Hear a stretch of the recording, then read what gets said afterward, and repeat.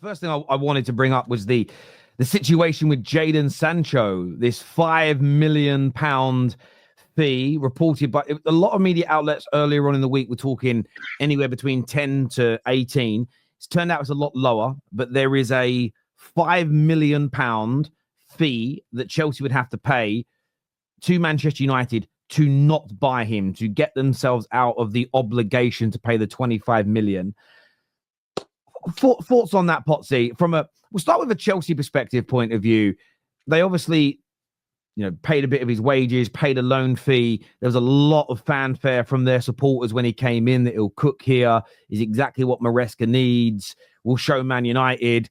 But it hasn't really worked out for him. I think it's 18 or 19 games without a goal now, 1 assist in that time. Chelsea fans, I think, starting to reveal their true colours here, that they don't think he's good enough. But £5 million to not buy a player. What does this say about Chelsea's recruitment? And is it the right decision for them to walk away from Sancho? The whole thing is a mess, bro. The whole thing is a mess. Let's just have it right. Jadon Sancho was very, very highly rated and had the unbelievable ceiling when he was at Manchester City, and he showed at Dortmund that he can be a good player.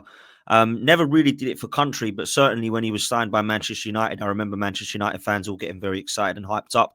Maybe it was because of his background and where he started, but he was actually very good at Borussia Dortmund. It never worked out for him at Manchester United. But then I must say, I was one of these. I thought that could be a really good bit of business for Chelsea. So I don't blame Chelsea, if I'm honest, for going for that. But it ain't worked out, has it? And now Manchester United fans are laughing. And not only are they laughing for the reasons of it's actually quite funny in general, they're laughing by saying, yeah, see, it ain't us. And a lot of people think it is Manchester United. And trust me, there's a lot of toxicity there. And there's a lot of players that probably would do better if they were outside of Manchester United. But it proves that it isn't all players, because Jadon Sancho struggled at Chelsea. When he first come, I've got to say, in the first few games, I thought, there we go, he's showing a little bit of glimpses there. But as the weeks and months have gone on, I don't think he's cut the mustard at all at Chelsea. And I think Chelsea fans would be kind of lying if they said that they're really excited by the prospect of Jadon Sancho staying at Chelsea. It's actually quite unbelievable. I had no idea that this deal was even in place. I had no idea this was actually something that you could do. I've never heard of this before, that you take a player and then you have to pay for them not to come and stay at your club. Wow, they really must hate this player then. Look, I wouldn't say it's like the absolute get rid of him. He's dross. He's absolutely embarrassing. But the whole scenario is embarrassing, if I'm honest with you, that they've managed to take a punt on this guy and it has not worked out one bit. And Chelsea have got problems, man.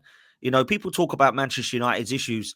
I look at Manchester United and I look at the structure and the people behind the scenes, and I actually have a little bit more confidence that Manchester United might be able to get it right in comparison to Chelsea, because their ownership just looks reckless and a bit all over the place. Whereas I think with Manchester United, as much as I don't like the Glazers, and I think they're laughing right now, I think the people behind the scenes have all done stuff, the good stuff in football. So they actually have an opportunity. If they let them guys do their job, they might be able to one day get Manchester United back. As for Jadon Sancho, I think he must be thinking, maybe I should just go back to Dortmund now. Maybe I should just go back to Dortmund, because that's the only club that he's actually been able to kind of thrive under. So I don't know what Mo thinks, but I think it's a little bit of an embarrassment, to be honest, that Manchester United and Chelsea have clearly got a talented player there and not been able to get anything out of him. Yes, you can look at the individual performances and say, is it a Sancho thing, which probably a lot of it is. But for Chelsea to go, laughing at the Man United fans, and then actually, no, we'll pay some more money just because we don't want him either. It's kind of not ended too well for him, has it? Let's be real. Yeah, bro. Bowlers FC in the mud. That they thought that it's all about Man United. I'm being serious, bro. Bowlers FC in the mud. He didn't cook, did he? Your club would rather pay the 5 million than pay 25 million and try to sell him. So where do we go from here? To be honest with you, Terry, I actually think that Chelsea should redeem him and try to sell him for a profit. I don't know why they want to give him back, unless they think he has no market. 25 million pounds, you definitely can sell him for more than this to Germany or Spain or something like this. But maybe they don't think so. Did it work at Chelsea? No, it didn't work. And the evidence is very simple. When we got people like Don telling me that, by the way, we miss Mudryk because he offers something else. Mudryk and Sancho in the same sentence, it proves that Sancho didn't work. Bro, Mudryk, he literally said, Dan, we miss Mudryk. We want something different. Just quickly, Mo, because I don't want to interrupt you because you're full flow. Don said the exact same thing to me. We really miss Mudryk. Now, if Chelsea miss Mudryk, I'm sorry. That means there's Sancho problems. didn't work right away, right? Like that means Right. Sancho didn't work. From Chelsea perspective, paying 5 million to get rid of Sancho proves that they don't think that Sancho will work now or in the future. If they keep him and try to sell him, I don't know what Man United would do. I would actually think that this is good for Man United. They're gonna get 5 million and they're gonna try to make a profit on the guy. They tell him for 25 million for somebody that's on the books because they already paid the value to Dortmund, like the 70, 80 million is already done. So Man United is good for Man United. There is no way back for him to play in English football, in my opinion. I think it's done for him. He's a good player. He proved it outside of England, but it does some people just it doesn't work for them in the league. Like for example, Douglas Luiz didn't work for him in Serie A. He's going back to the Premier League. Some people, Premier League is too much. It's too physical for him. But I also think that Jadon Sancho, with all due respect to everyone, is a moody player, and it's proven this season. He was good when Chelsea were flying in the beginning of the season. Only when Chelsea were flying in the beginning of the season, Jadon Sancho. But now, when the team is not doing well, Jadon Sancho is doing exactly what he did at Man United. He's not playing. He's not providing anything to the team. You don't think that on the pitch, Neto's trying, other people are trying, of course. But Jadon Sancho is again doing the same thing that he did at Man United. And I'm just looking at this and I'm thinking, Broski, kid, you have failed yourself. There's a lot of fans, there's a lot of people that like you, and you just failed yourself. In my opinion, you failed yourself. And I actually think that Chelsea should redeem the guy and try to sell him because I think his value is more than 25 million pounds. Terry, I know that you kind of didn't like the way he played at Man United. You thought that it might work at Chelsea, but now it's not only Man United, it's him. Look, this is the thing. By the way, big up and a big shout out to the United Stand community that are just coming across now and joining us. So big up to yourselves and welcome to the Football Terrace. Get the like buttons hit and subscribed too. I have a long-standing theory that most of our underperforming players leave and do better. And there are lots of examples that prove this. Scott McTominay, you look at Rashford at the moment as an example, even down to sort of the Fellaini's and the Smallings. And they left, they went to new clubs that they delivered. We saw Darmian and Ashley Young go to Italy with Inter and win Serie A over there and everything else. So I had a concern because he was going to a Premier League rival that Sancho goes there and cooks. This is problematic for us because I won't defend Man United and say that it hasn't been a toxic and terrible environment to be in.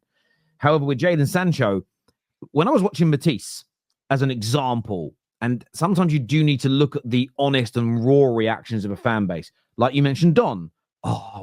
Saying you miss Mudryk, I think is and I know he changed it afterwards to a profile like Mudryk, but at the same time, the fact you're saying that after Sancho's come in, it's an honest moment that shows you the true feelings people have. Matisse, when he was talking about why does he keep dropping his shoulders left and right and just passing it back into the middle? Manchester United fans would consistently call that type of thing out. And lots of United fans defended him. But it's about recycling the ball and keeping possession. And I stand now by what I said then. Yes, there are times where you should keep possession, but there are also times where you've got to run at your fullback, try and take him on. But do you know what? That's a lot of hard work. It's difficult. You can sometimes lose 4, 5, 6 of those duels. Sometimes you might get mean, then clipped up. And he doesn't do this enough. I just feel with Jadon Sancho, there isn't enough determination to beat his man. It's just, I'm going to pass and move the ball on. And do you know what? That's the way he plays, maybe. Maybe it's nothing to do with determination. Maybe it's his style. But I think for the Prem, when you're at a big club where teams sit behind the ball, you're going to struggle playing that way. There isn't the space that there is in Germany.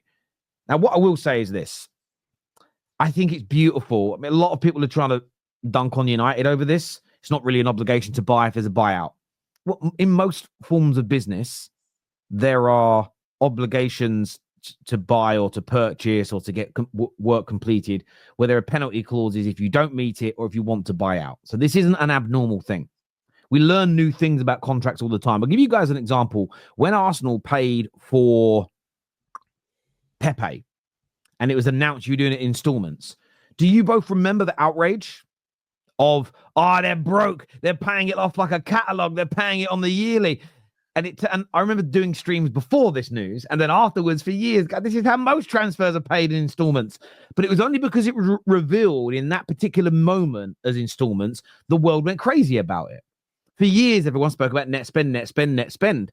I pushed back against it. No, net spend ain't real. It's about the trading accounts. Now everybody talks about pure profit because the media talk about pure profit. I think what we're seeing here is an example that's within a number of these obligations. Not all of them, a number of them have these buyout options.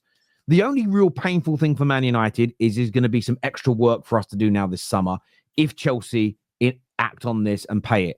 But we've had a big percentage of his salary covered this year, which has saved us millions.